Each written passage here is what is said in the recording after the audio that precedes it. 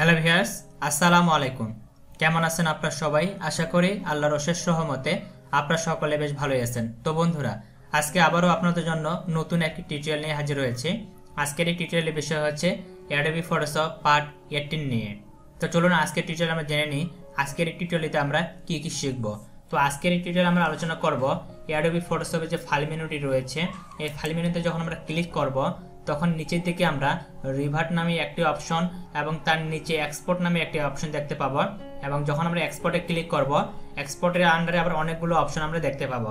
তো মূলত আজকে আমরা রিভার্ট এবং এক্সপোর্ট এই দুটি অপশন নিয়ে আলোচনা করব। তো এখানে আরেকটি কথা বলে রাখি, আমি কিন্তু আমার এই টিউটোরিয়ালটি অ্যাডোবি ফটোশপ সিসি দিয়ে করতেছি।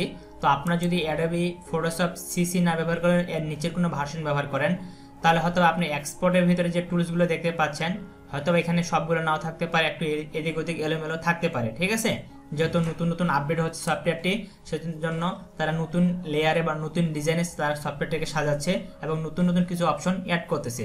এর জন্য আপনারা যারা এই টিউটোরিয়ালগুলো দেখেন তাদের আমার একটা সাজেস্ট থাকবে তাদের প্রতি, অবশ্যই আপনারা লেটেস্ট যে সফটওয়্যারগুলো পাবলিশ করতেছে অ্যাডোবি কোম্পানি সেগুলো আপনারা ব্যবহার করবেন, তাহলে আপনারা প্রত্যেকটি টুলস ইজিলি পেয়ে যাবেন। ঠিক আছে, তো চলুন আমরা এখন রিভার্ট এবং এক্সপোর্ট নিয়ে বিস্তারিত আলোচনা করি। তার আগে বলে রাখি, আমি আপনাদের যখন অ্যাডোবি ফটোশপ পার্ট 1 আপলোড করি তখন বলেছিলাম যে প্রথমে আমরা অ্যাডোবি ফটোশপে যতগুলো টুলস রয়েছে প্রত্যেকটি টুলসের ব্যবহার শিখব। যখন প্রত্যেকটি টুলসের ব্যবহার শেখা শেষ হয়ে যাবে তখন আমরা শিখব আমাদের যে মেনু বারগুলো রয়েছে, যেমন এখানে file menu, edit menu, image menu, layer menu, type menu, select menu, এগুলো নিয়ে। ঠিক আছে, তো আমি অলরেডি টুল প্যানেলে প্রত্যেকটি টুলসের ব্যবহার স্টেপ বাই স্টেপ আপনাদের সাথে আলোচনা করে দিয়েছি। তো আপনারা যদি সেই টিউটোরিয়ালগুলো না দেখে থাকেন তো উপরে যে আই বাটনটি দেখতে পাচ্ছেন তাহলে সেখান থেকে ক্লিক করে দেখে আসতে পারেন, অথবা এই ভিডিওর নিচে ডেসক্রিপশনে আমি লিঙ্কগুলো দিয়ে দেবো, তাহলে সেখান থেকেও দেখে আসতে পারেন। আর যদি ভিডিওগুলো ভালো লেগে থাকে অবশ্যই চ্যানেলটাকে সাবস্ক্রাইব করে রাখবেন পরবর্তী আপডেট সবার আগে পাওয়ার জন্য। তাহলে চলুন আজকের টিউটোরিয়াল আমরা শুরু করি। তো দেখেন, যখন আমি ফাইল মেনুতে ক্লিক করব তখন কিন্তু আপনারা লক্ষ্য করে দেখতে পাবেন এখানে আমাদের রিভার্ট যে অপশনটি রয়েছে, এই রিভার্ট অপশনটা কিন্তু অ্যাক্টিভ নেই, এটা কিন্তু হাইড করা রয়েছে, তাই না? তো এই অপশনটা আমাদের তখনই অ্যাক্টিভ হবে যখন আমরা আমাদের অ্যাডোবি ফটোশপ যে প্রোগ্রামটি রয়েছে এই প্রোগ্রামের ভিতরে কোনো নতুন ফাইল তৈরি করব অথবা আগে তৈরি করা ফাইলকে এখানে ওপেন করব, তখনই অ্যাক্টিভ হয়ে যাবে। তো দেখেন আমি এখানে নতুন করে একটি ফাইল ওপেন করতেছি, সেই জন্য ফাইলে ক্লিক করলাম, ফাইল থেকে ওপেন বাটনে ক্লিক করব। ওপেনে ক্লিক করলে যেখানে আপনার ছবিগুলো রয়েছে বা যে ফাইলটিকে আপনি ওপেন করতে চাচ্ছেন সেই ফাইলটি এখানে সিলেক্ট করে দিবেন। তো এখান থেকে আমি আমার এই ছবিটিকে সিলেক্ট করে দিয়ে নিচের দিকে ওপেন বাটন দেখতে পাবেন, এই ওপেন বাটনে ক্লিক করলে এই ছবিটি কিন্তু আমার এখানে ওপেন হয়ে যাবে। তো দেখেন ছবিটি আমাদের এখানে ওপেন হয়ে গেছে। এখন দেখেন ছবিটি যখন ওপেন হয়ে যাবে, আমি যদি এখনও ফাইল মেনুতে ক্লিক করি তারপরে দেখেন রিভার্ট অপশনটি কিন্তু আমাদের এখানে অ্যাক্টিভ নেই। তার কারণ কি? তার কারণ হচ্ছে আমরা যখন কোনো ফাইলকে এখানে ওপেন করব, অর্থাৎ আগে আপনার একটা ফাইল সেভ করা ছিল, সেই ফাইলটাকে আপনি ওপেন করলেন, এখন এই ছবিটির উপরে যদি আপনি কোনো কিছু কাজ করেন, কাজ করার পর আপনি যদি সে আবার পূর্বের অবস্থা আপনি ফিরে যেতে চান তাহলে আপনার ওই ক্ষেত্রে রিভার্ট অপশনটা কাজ করবে এবং সেটা অ্যাক্টিভ হবে। তো আমি আপনাদের প্র্যাকটিক্যালি বিষয়টি দেখাচ্ছি। তো মনে করেন আমার এটা হচ্ছে একটা অরিজিনাল ছবি, এখন এই অরিজিনাল ছবিটা আমি কোনো ডুপ্লিকেট তৈরি করলাম না, আমাদের ভুল হয়ে যেতে পারে। ঠিক আছে, তো কোনো ডুপ্লিকেট না তৈরি করে আমি সরাসরি এখান থেকে একটা ব্রাশ টুল নিলাম। ব্রাশ টুল নেওয়ার পরে আমি মনে করেন এই ছবিটির উপরে একটু ব্রাশ করব। আমি এখান থেকে একটু সাইজটাকে ঠিক করে নিই, এটা নিলাম। এখন আমি এখানে মনে করেন একটু ব্রাশ করলাম, হালকা করে এখানে একটু ব্রাশ করলাম।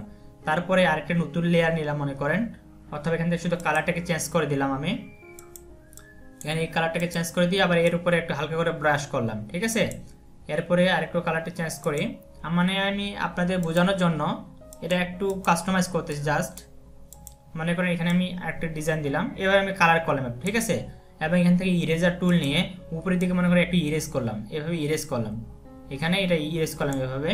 এখন দেখেন আমি যদি আমার ছবিটা যে পূর্বের অবস্থা, মানে আমি যখন প্রথমে ওপেন করি ছবিটা তখন যে অবস্থা ছিল সেই অবস্থা যদি আমি যেতে চাই তাহলে আমরা নর্মালি কি করি, আমরা এডিট মেনুতে যাই, তারপর এখানে আনডু করি, তাই না? অথবা কন্ট্রোল জেড প্রেস করে আমরা পূর্বের অবস্থা যেতে চাই। কিন্তু আমরা যখন একটা লেয়ারের পরে আরেকটা লেয়ার অ্যাড করি তখন কিন্তু ফাইলটা আমাদের অনেক বড় হয়ে যায়, তখন কিন্তু আমরা সম্পূর্ণ ফাইলটিকে কিন্তু আনডু করতে পারি না এবং আনডু করতে গেলে অনেক সময় লেগে যায়। কিন্তু আমরা মাত্র একটি ক্লিকের মাধ্যমে আমরা প্রথমে যে ছবিটা আমরা তৈরি করেছিলাম বা ওপেন করেছিলাম সেই পূর্ব অবস্থায় ফিরে যেতে চাইলে এক ক্লিকে আমাদেরকে ফাইলে ক্লিক করতে হবে। ফাইলে ক্লিক করার পর রিভার্টে ক্লিক করতে হবে। এবারে দেখেন রিভার্ট অপশনটা কিন্তু আপনাদের অ্যাক্টিভ আছে এবং এর কিবোর্ড শর্টকাটটি হচ্ছে F12, ঠিক আছে।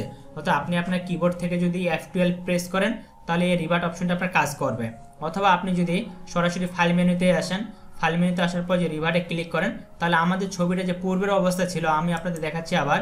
আপনারা যদি লক্ষ্য করেন এখানে এই ছবিটা আমি একটু ব্যাকগ্রাউন্ড কিন্তু ইরেজ করেছি, তাই না, এবং এখানে কিছু কালার ডিজাইন করেছি, 3-4টে কালার দিয়ে আমি এখানে ব্রাশ করছি। এখন এই জিনিসগুলোকে আমার এখান থেকে রিমুভ করার প্রয়োজন, অর্থাৎ ছবিটা যখন প্রথমে ওপেন করি সেটা ওপেন করব। তাহলে দেখেন এখন আমি ফাইলে ক্লিক করলাম, ফাইল থেকে রিভার্টে ক্লিক করব। যখন রিভার্টে ক্লিক করব তখন আপনার ছবিটির দিকে লক্ষ্য করবেন কি পরিবর্তনটা হয়। তো আমি রিভার্টে ক্লিক করলাম, তো দেখেন এখানে একটু সময় নেবে 2-3 সেকেন্ডের মতো। দেখেন আমাদের ছবিটা কিন্তু পূর্বের অবস্থা চলে গেছে, অর্থাৎ আমরা ছবিটা যে পজিশনে যেভাবে যে সাইজে যেভাবে আমরা ওপেন করি না কেন ছবিটা সেই স্টাইলে চলে আসবে এখানে, ঠিক আছে। এই ছবিটার উপরে আর কোনো কাস্টমাইজ করার যে আমরা কাজগুলো ছিল সেই কাজগুলো কিন্তু এখানে আর থাকবে না। তো এটা হচ্ছে মূলত আমাদের যে রিভার্ট অপশনে ছিল সেই রিভার্ট অপশনের কাজ। এখন দেখেন রিভার্ট অপশনে কিন্তু আমাদের হাইড হয়ে গেছে। আর ফাইল মেনুর উপরে যে নিউ অপশন থেকে সেভ এজ পর্যন্ত যে অপশনগুলো রয়েছে এগুলো কিন্তু আমি অলরেডি টিউটোরিয়াল করে দিয়েছি।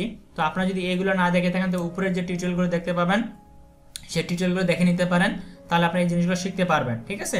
এবার আমরা আলোচনা করব এক্সপোর্ট অপশন নিয়ে, যে আসলে এক্সপোর্টটা কি। আগে এক্সপোর্ট কি এটা নিয়ে আলোচনা করি। এক্সপোর্ট হচ্ছে আমরা আমাদের ফটোশপ প্রোগ্রামে যে জিনিসগুলো তৈরি করব সেই জিনিসগুলো আউটপুট হিসেবে আমরা যে সেভ করে রাখবো বা আউটপুট হিসেবে কি নিতে চাচ্ছি সেটা হচ্ছে এখানে এক্সপোর্ট, ঠিক আছে। তো অর্থাৎ এটা আমরা ফটোশপ প্রোগ্রামটা থেকে বের করে নিব এক্সপোর্টের মাধ্যমে। তো চলুন দেখে আসি এখন এক্সপোর্টের ভিতরে কি কি আছে আমাদের।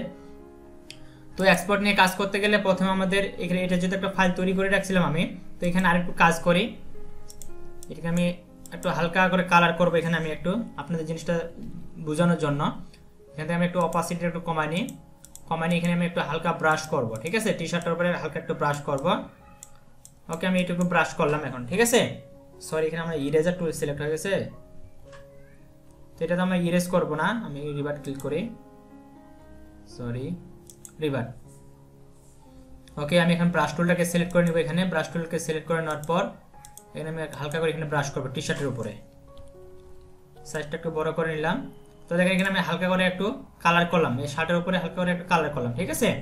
এখন আমি চলে যাব সরাসরি ফাইল থেকে এক্সপোর্টে ক্লিক করব। এক্সপোর্টে ক্লিক করার পর উপরে দিকে দেখতে পাচ্ছেন যে কুইক এক্সপোর্ট অ্যাজ পিএনজি, অর্থাৎ আমাদের এখানে যে ফাইলটি ওপেন থাকবে সেই ফাইলটাকে যদি আমরা পিএনজি ফরম্যাটে সেভ করি তাহলে আমাদের এখান থেকে ফাইল থেকে এক্সপোর্ট থেকে কুইক এক্সপোর্ট অ্যাজ পিএনজিতে ক্লিক করতে হবে। তাহলে আমাদের ফাইলটি সেভ করার জন্য একটি নাম চাইবে, এখানে আমার একটা নাম দিয়ে দিতে হবে। তো এখানে আমি একটা নাম দিয়ে দিলাম, মনে করে এখানে আমি ফাইলটার নাম দিলাম 10, ঠিক আছে, অথবা 100। ফাইলটির নাম দিলাম 100 এবং এখানে দেখতে পাচ্ছেন নিচের দিকে save as type all file কি অল ফাইল হচ্ছে আমরা যে এখানে যে ফাইলের যে কাজ করব অ্যাডোবি ফটোশপ প্রোগ্রামটির ভিতরে যতগুলো লেয়ার নিয়ে একসাথে কাজ করব প্রত্যেকটা লেয়ার একসাথে কম্বাইন হয়ে আমাদের একটা নতুন করে জেপিজি ফাইল তৈরি হয়ে যাবে, ঠিক আছে। তো এখানে অবশ্যই আমাদের অল ফাইল সিলেক্ট করা থাকবে, আর এখানে তো জেপিজি আমাদের সিলেক্ট করে দিয়েছি, সরি পিএনজি তে সিলেক্ট করে দিয়েছি আমরা এখানে। তো পিএনজি সিলেক্ট করে থাকার অবস্থা আমি যদি সেভ বাটনে ক্লিক করি অবশ্যই আপনারা এখানে লক্ষ্য করেন আমি লোকেশনটা সেট করে দিয়েছি ডেস্কটপে, ঠিক আছে। আমি এখানে সেভ বাটনে ক্লিক করলাম, এখন এটাকে একটু মিনিমাইজ করে রাখি। তো দেখাই যদি আমি আপনাদের এখন এই যে এখানে দেখতে পাচ্ছেন ফাইলটি কিন্তু আমাদের পিএনজি ফরম্যাটে সেভ হয়ে গেছে এবং এটার নামটি দেখতে পাচ্ছেন 100, ঠিক আছে। তো এটা হচ্ছে আমাদের পিএনজি ফরম্যাটে যদি সেভ করতে চাই কোনো ফাইলকে সেটা এখানে সেভ করে নিতে পারি। এরপরে আসি এরপরে যে অপশনটি রয়েছে, এখন মনে করেন আপনি এখান থেকে পিএনজি ফরম্যাটে এটাকে সেভ করবেন না, আপনি এটাকে অন্য একটি ফরম্যাটে সেভ করবেন। যেমন অন্য একটি ফরম্যাটে সেভ করতে হলে আপনি নিচে আসতে হবে, নিচে দেখতে পাচ্ছেন যে এক্সপোর্ট অ্যাজ মানে হচ্ছে এর ভিতরে আপনি আরো অনেকগুলো অপশন পাবেন, ঠিক আছে। তো দেখেন এর কিবোর্ড শর্টকাটটি হচ্ছে অল্টার শেপ কন্ট্রোল এবং ডাব্লিউ। আপনি যদি এটা কিবোর্ডের মাধ্যমে প্রেস করেন তাহলে এই অপশনটা আমাদের ওপেন হয়ে যাবে। তো আমি সরাসরি এখানে ক্লিক করে ওপেন করতেছি, আমি ক্লিক করলাম, ক্লিক করার সাথে সাথে দেখবেন এখানে আমাদের নতুন করে একটি উইন্ডোজ এখানে আমাদের ওপেন হয়ে যাবে। তো দেখতে পাচ্ছেন নতুন করে একটি উইন্ডোজ আমাদের এখানে ওপেন হয়ে গেছে এবং এই উইন্ডোজের ভিতরে আমাদের কিছু সেটিংস রয়েছে। এই ইমেজটি আমরা কি ফরম্যাটে নিতে চাচ্ছি সেই ফরম্যাটগুলো এখানে আমাদের সিলেক্ট করে দিতে হবে, তার রেজুলেশন কত থাকবে সব কিছু এখানে আমরা সিলেক্ট করে দিতে পারি। যেমন আপনারা যদি প্রথমে হাতের ডান দিকে চলে আসেন এখানে দেখতে পাচ্ছেন যে ফাইল সেটিং, অর্থাৎ আমরা যে এই বর্তমানে যে ফাইলটি রয়েছে ফাইলটি কিন্তু আমাদের বর্তমানে জেপিজি ফরম্যাটে রয়েছে, ঠিক আছে। এখন এই পিএনজি ফরম্যাটে রয়েছে সেভ করার জন্য। তো তো আমরা যদি চাচ্ছি যে না আমরা এটা পিএনজি ফরম্যাটে সেভ করবো না, এটাকে আমরা জেপিজি ফরম্যাটে সেভ করবো অথবা গিফ ফরম্যাটে সেভ করবো, তাহলে আপনাকে এই যে এখানে একটা এরো বাটন দেখতে পাচ্ছেন, এই এরো বাটনে ক্লিক করতে হবে। এরো বাটনে ক্লিক করার পর এখানে আপনি অনেকগুলো ফরম্যাট দেখতে পাবেন, যেমন এখানে জেপিজি, গিফ। গিফ হচ্ছে আমাদের অ্যানিমেশন তৈরি করার জন্য, ঠিক আছে, অ্যানিমেশন যে লেয়ারগুলো থাকে বা অ্যানিমেশন কয়েকটি ছবি একসাথে নিয়ে একটা অ্যানিমেশন তৈরি করা হয়, তখন আমাদের এই গিভ অপশনটি ব্যবহার করতে হয়। তো এটা নিয়ে আমি টিউটোরিয়াল দিব, স্টেপ বাই স্টেপ সামনের দিকে সবই আপনারা পাবেন। তারপরে আছে এসভিজি, এগুলো আপনারা পাবেন, ঠিক আছে। আর নর্মালি যেগুলো আমরা ছবি সেভ করি সেটা হচ্ছে আমাদের জেপিজি। যদি আপনারা জেপিজি তৈরি করতে চান, জাস্ট জেপিজি সিলেক্ট করে দিবেন, তাহলে তার ফরম্যাটটি এখানে অটোমেটিক্যালি পরিবর্তন হয়ে যাবে, তার সাইজ, তার রেজুলেশন সব কিছু পরিবর্তন হয়ে যাবে। আর একটু নিচের দিকে যদি আসেন, এখানে দেখতে পাচ্ছেন কোয়ালিটিটা এখানে আমাদের 100% দেওয়া রয়েছে। আপনি এখান থেকে কোয়ালিটি যত পার্সেন্টেজটা কমাবেন তত লো কোয়ালিটি হবে, আর 100% থাকলে একদম আপনি 100% কোয়ালিটি পাবেন। অর্থাৎ আপনি এখানে যেটুকু কাজ করেছেন সেটুকুই আপনি এখানে আউটপুটটি পাবেন। এরপরে আসে ইমেজ সাইজ। এখানে যে আমাদের ছবিটি যে ওপেন করা রয়েছে, আপনি যে লক্ষ্য করেন এখানে যে ছবিটি রয়েছে আমাদের, এই ছবির হাইট এবং ওয়েট যদি আমরা অ্যাডজাস্ট করে নিতে চাই বা কমাতে চাই বা বাড়াতে চাই, তাহলে আমাদের এখানে ইমেজ সাইজের মাধ্যমে সেটা করতে হবে, ঠিক আছে। তো এখানে দেখতে পাচ্ছেন প্রথমে ওয়েটটা যদি আপনাদের বাড়ানোর প্রয়োজন পড়ে, তাহলে এখান থেকে জাস্ট লিখে দিলে এটা বাড়ে যাবে, আর যদি কমানোর প্রয়োজন পড়ে তাহলে এখানে লিখে দিলে কমে যাবে। যেমন মনে করেন আমি যদি ওয়েটটা একটু বাড়াবো, মনে করি আমি 39 দিয়ে দিলাম, 39 দেওয়ার পর আমি যদি বাইরে ক্লিক করি, তাহলে দেখবেন এর ওয়েট যেটা ছিল ওয়েটটা কিন্তু আমাদের একটু বেড়ে গেছে, ঠিক আছে। দেখেন ওয়েটটা কিন্তু আমার একটু বেড়ে গেছে। আমি যদি হাইটটাকে একটু বাড়াতে চাই, এখানে 611 আছে, 1611, আমি এখানে 1620 দিয়ে দিলাম।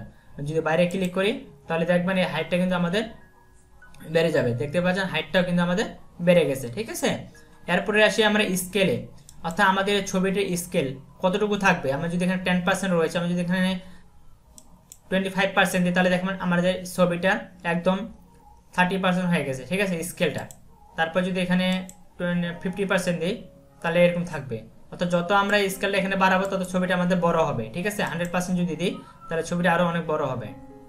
তারপর এখানে যদি আরো বাড়াই 125 দিলে, যেটাকে আমরা জুম ইনের মতো ব্যবহার করতে পারি, ঠিক আছে, এভাবে বাড়বে। তারপরে আছে এখানে আমাদের রিস্যাম্পলে আমাদের যেটা থাকে আপনার এটাকে নর্মালি অটোমেটিকলি রাখবেন, এটা আমাদের পরিবর্তন করার কোনো প্রয়োজন নেই। তারপর হচ্ছে ক্যানভাস সাইজ কি আমাদের এই যে ছবিটি দেখতে পাচ্ছেন, এই ছবিটার বাইরে যদি আমরা ক্যানভাস সাইজ বলা হয় এটাকে, এই ক্যানভাস সাইজটা কিন্তু আমরা এখান থেকে বাড়াতে চাই কমাতে চাই এখান থেকে করে নিতে পারি। তো দেখেন এই ছবিটার ক্যানভাস সাইজটা আমি এখান থেকে বাড়াচ্ছি একটু, 1414 আছে, আমি এখান থেকে দিয়ে দিলাম 1420। যদি বাইরে ক্লিক করি তাহলে দেখবেন ক্যানভাস সাইজটা আমাদের কিন্তু বেড়ে যাবে। সাইডে আমাদের ক্যানভাস সাইজটা কিন্তু বেড়ে গেছে, যে হালকা করে সাইডে বেড়ে গেছে, ঠিক আছে। আর হাইটটা এখানে আমাদের 2000 রয়েছে, আমি যদি এখানে 2030 দিয়ে দিই, তাহলে দেখবেন আমাদের হাইটটাও কিন্তু হালকা করে বেড়ে গেছে। নিচে দিকে দেখতে পাচ্ছেন হাইটটা আমাদের বেড়ে গেছে। তো এদিকে সবকিছু ঠিক থাকার পর জাস্ট আমরা এখান থেকে এক্সপোর্ট অলে ক্লিক করব। আর আপনি যদি মনে করেন যে না আমার সেটিংসে এখানে আমি আগের পূর্বে পজিশনে ফিরে যাব, আমি যে সেটিংসটা করে রাখছিলাম সেই সেটিংসে ফিরে যাব, তাহলে আপনি এখানে রিসেট ক্লিক করলে আপনার ছবির যে মূল যে সাইজ মানে মূল যে ফরম্যাটে ছিল সেই ফরম্যাটে আপনি চলে যাবেন, ঠিক আছে। তো দেখেন আমি আপনাদের বোঝার জন্য এখানে রিসেটে ক্লিক করলাম। আমরা এখানে যে জিনিসগুলো পরিবর্তন করলাম, যেমন এখানে জেপিজি দিছিলাম, এখানে কিন্তু পিএনজি ছিল, তাই না। এখানে আমাদের হাইটটা ছিল এখানে 1414, আমরা 1420 করে দিছি, সরি ওয়েটটা ছিল 1420 আর হাইটটা ছিল 2030, এটা আমরা পরিবর্তন করে দিচ্ছি, তাই না। তো আমি যদি এখানে রিসেটে ক্লিক করি তো দেখেন ছবিটা আমাদের আগের পজিশনে সরাসরি চলে যাবে। ওকে, আগের পজিশনে সরাসরি চলে আসে, ঠিক আছে। এখন আমরা এই ফাইলটাকে সেভ করব। সেভ করার জন্য এক্সপোর্ট অলে ক্লিক করব। এক্সপোর্ট অলে ক্লিক করার পর এখানে ফাইলের নাম চাইবে, আমরা এখানে ফাইলের নাম দিয়ে দিব। মনে করেন এখানে আমি একটা নাম দিয়ে দিলাম, শুধুমাত্র 10 রাখলাম। তারপর সেভ বাটনে ক্লিক করব, লোকেশন ডেস্কটপ থাকবে, সেভ। এখন আমি যদি ক্লিক করি বেরে আসে, তো দেখেন এই ছবিটা কিন্তু আমাদের সেভ হয়ে গেছে। আপনারা যদি লক্ষ্য করেন এখানে কিন্তু দুটি ছবি একই, এখানে যে দুটি ছবি রয়েছে আমাদের দুটি ছবি কিন্তু একই। একটা হচ্ছে এর নামটা যদি লক্ষ্য করেন ডটের পরে যে 100.png, আর এটা দেখবেন যে 10.jpg, ঠিক আছে। অর্থাৎ ফরম্যাটগুলো কিন্তু আমাদের আলাদা আলাদা হয়ে গেছে। তো আমরা পরের অপশনে যাই। এরপরে যেটা রয়েছে ফাইলের ভিতর, ফাইল থেকে এক্সপোর্টের ভিতরে আমরা এখানে সেভ অ্যাজ দেখলাম। এবারে আসি আমরা এক্সপোর্ট প্রিফারেন্স। আমি যদি এক্সপোর্ট প্রিফারেন্সে ক্লিক করি, এখানে আমাদের নর্মালি কিছু সেটিংস রয়েছে, সেই সেটিংসগুলো আমরা এখান থেকে সিলেক্ট করে দিতে পারি। যেমন এক্সপোর্ট আসার পর এখানে দেখতে পাচ্ছেন আপনি যে কুইক এক্সপোর্ট ফরম্যাটে সেভ করবেন, এটা আপনি কি ফরম্যাটে রাখতে চাচ্ছেন সব সময়ের জন্য। এখানে আমাদের পিএনজি সেট করা রয়েছে, ওই জন্য সবসময়ের জন্য পিএনজি লেখারই আসে। অর্থাৎ এই যে এখানে যে লেখাটি আসতেছে আমি আপনাদের দেখাচ্ছি, এটা ক্লোজ করে দিলাম। আমি আপনাদের ক্লিয়ার করে বিষয়টা বোঝানোর জন্য ভেঙে ভেঙে সবকিছু বলে দিচ্ছি। দেখেন আমি যখন এক্সপোর্টে ক্লিক করলাম, এক্সপোর্টে ক্লিক করার পর উপরে যে অপশনটা দেখতে পাচ্ছেন যে কুইক এক্সপোর্ট অ্যাজ পিএনজি, ঠিক আছে, এই যে এখানে যে লেখাটি আসতেছে এই লেখাটিতে আপনি কি রাখতে যাচ্ছেন বা এখানে কোন ফরম্যাটটি সেভ করে রাখতে যাচ্ছেন সেটা আপনাকে এখান থেকে এক্সপোর্ট প্রিফারেন্সের মাধ্যমে সিলেক্ট করে দিতে হবে। তো এখান থেকে যদি আমি এটাকে জেপিজি সিলেক্ট করে দিই, জেপিজি সিলেক্ট করার পর যদি ওকে বাটনে ক্লিক করি, এবারে দেখেন এবার যদি আমি ফাইলে ক্লিক করি, ফাইলের পর যদি এক্সপোর্টে ক্লিক করি, তাহলে এবারে দেখেন এখানে কিন্তু আমাদের জেপিজি ফরম্যাটে চলে আসছে, ঠিক আছে। অর্থাৎ আপনি এক্সপোর্ট প্রিফারেন্সের মাধ্যমে আপনার সেটিংসটিকে এখানে সেট করে নিতে পারেন যে আপনি কোন ফরম্যাট এটাকে সেভ করে রাখতে চান। তো আমি এখান থেকে পিএনজি সব সময় জন্য ব্যবহার করি, এই জন্য পিএনজিটাকে রাখলাম এখানে। তারপরে এদিকে আমরা কোনো কিছু করার দরকার নেই, জাস্ট আমরা ওকে বাটনে ক্লিক করব। এটা গেল আমাদের এক্সপোর্ট প্রিফারেন্সের কাজ। এরপরে দেখি এরপরে কি রয়েছে, এরপরে রয়েছে save for web. Save for ওয়েবটা কি? যারা আমরা ওয়েবসাইটের জন্য বিভিন্ন ডিজাইন করে থাকি, অর্থাৎ বিভিন্ন ওয়েবসাইটের জন্য বিভিন্ন লোগো ডিজাইন, বিভিন্ন ধরনের ব্যানার ডিজাইন, ঠিক আছে, এগুলো তৈরি করা হয়। তো আমরা নর্মালি যদি সেগুলোকে জেপিজি ফরম্যাটে বা পিএনজি ফরম্যাটে সেভ করি এবং সেগুলো যদি আমরা সেই ওয়েবসাইটে আপলোড করি, তাহলে দেখবেন যে সেই ছবিগুলো কিন্তু ফেটে যায়, ঠিক আছে, স্পষ্ট বোঝা যায় না। তো এই যে ফাইলগুলো যেগুলো আমরা ওয়েবসাইটের জন্য ডিজাইন করব বা ওয়েবসাইটের জন্য লোগো ডিজাইন বলেন, ব্যানার ডিজাইন বলেন বা অ্যাড ডিজাইন বলেন, যেটাই বলেন না কেন সেটা অবশ্যই আপনাকে সেভ ফর ওয়েব ফরম্যাটেই সেভ করতে হবে। যখন আপনি এই ফরম্যাটে সেভ করবেন তখন আপনার ফাইলটি আপনি যখন সেই ওয়েবসাইটে আপলোড করবেন, ঠিক আছে, তখন আপনার কোনো কিছু রেজুলেশনের হেরফের হবে না এবং স্মুথলি ছবিটি দেখা যাবে। তো দেখেন আমি যদি এখানে মনে করেন আমি এই ছবিটি আমার ওয়েবসাইটে আপলোড করব, সেজন্য আমি ফাইলে ক্লিক করব, ফাইল থেকে এক্সপোর্ট থেকে সেভ ফর ওয়েবে ক্লিক করব। তাহলে এখানে আমাদের নতুন করে আরেকটি উইন্ডোজ এখানে আমাদের ওপেন হয়ে যাবে। এখান থেকে আমরা সবকিছু দেখে নিতে পারবো যে রেজুলেশনে দেখেন আমি যদি ছবিটা বড় করলাম, এটা হচ্ছে আমাদের কি ছবিটা একটুও ফাটতেছে না, ঠিক আছে, স্পষ্ট ছবিটা বোঝা যাচ্ছে, সবকিছু স্পষ্ট বোঝা যাচ্ছে, তাই না। তো এখান থেকে আপনি চাইলে এখান থেকে গিফট তৈরি করে নিতে পারেন, জেপিজি, হ্যাঁ, এখানে অনেকগুলো ফরম্যাট রয়েছে যেগুলো আমি আপনাদের আগে বলে দিলাম যে জেপিজি ফরম্যাট, পিএনজি ফরম্যাট, ঠিক আছে। তো আমি এখান থেকে গিফট রাখলাম, তারপর এখান থেকে কালারটা আপনি এখান থেকে পরিবর্তন করে নিতে পারেন, কালার কেমন রাখবেন, তারপর যে মেটাল কালার কি রাখবেন এখান থেকে আপনি একটু কাস্টমাইজ করে নিতে পারেন আর কি আপনার ছবিটা। যখন সবকিছু এখানে ঠিক থাকবে, ঠিক থাকার পর জাস্ট এখানে আপনার ডান বাটনে ক্লিক করবেন, আর তার আগে এখানে সেভ বাটনে ক্লিক করে আমি সেভে ক্লিক করলাম। সেভে ক্লিক করার পর ফাইলটি আমি কোথায় সেভ করতে চাচ্ছি এটা সেট করে দিতে হবে। তো আমি ডেস্কটপে সেভ করব, তো ডেস্কটপে সেভ করবো আমি এটা। তারপর এখানে ইমেজ অনলি থাকবে, ডিফল্ট সেটিংস যা আছে তাই থাকবে, এখানে আমি কোনো পরিবর্তন করার দরকার নেই। আর আপনার এখান থেকে চাইলে HTML কোডের মাধ্যমে এটাকে সেভ করে রাখতে পারেন, ঠিক আছে। তো আমরা এখান থেকে নর্মালি যেটা রয়েছে ডিফল্ট এটাই রাখবো। আর অ্যাডভান্স লেভেলে যখন যাব তখন আমি এই বিষয়গুলো আবার আস্তে আস্তে সামনের দিকে আমাদের তখন সেগুলো নিয়ে বিস্তারিত আলোচনা করব। এখান থেকে আমরা সেভ বাটনে ক্লিক করব। সেভ বাটনে ক্লিক করার পর এই উইন্ডোজটা আমাদের ক্লোজ হয়ে যাবে। আমি যদি এটা একটু মিনিমাইজ করে রাখি তাহলে দেখেন এখানে আমাদের যে ইমেজটি আমরা সেভ করলাম এখন ওয়েবের জন্য, সেই ইমেজটি কিন্তু এখানে আমাদের চলে আসছে, দেখেন GIF ফরম্যাট, ঠিক আছে। আপনারা এগুলো একটু বাসায় নিজে নিজে প্র্যাকটিস করেন, কারণ প্র্যাকটিস করলে আপনার জিনিসগুলো প্রপারলি ভাবে বুঝতে পারবেন, আর প্র্যাকটিস না করলে কিন্তু এই জিনিসগুলো পারবেন না। তো আজকে এই ভিডিওটা আমি এখানে শেষ করবো। তো ভিডিওটি শেষ করার আগে যে কথাটি না বললে নয়, আপনি যদি আমার চ্যানেলে নতুন হয়ে থাকেন অবশ্যই চ্যানেলটাকে সাবস্ক্রাইব করবেন, আর যদি ভিডিওগুলো ভালো লেগে থাকে অবশ্যই ভিডিওটিতে লাইক করবেন, কমেন্ট করে জানাবেন কেমন হয়েছে, আর পরবর্তীতে কি ধরনের ভিডিও চাই সেটা অবশ্যই কমেন্ট বক্সে জানাবেন, আমি সেই বিষয়গুলো ক্লিয়ার করে দেওয়ার চেষ্টা করবো ইনশাআল্লাহ। তো আপনাদের সকলের সুস্বাস্থ্য কামনা করে আজকে টিউটোরিয়াল এখানে শেষ করতেছি। সবাই ভালো থাকবেন, সুস্থ থাকবেন, দেখাবেন নেক্সট ভিডিওতে। আল্লাহ হাফেজ।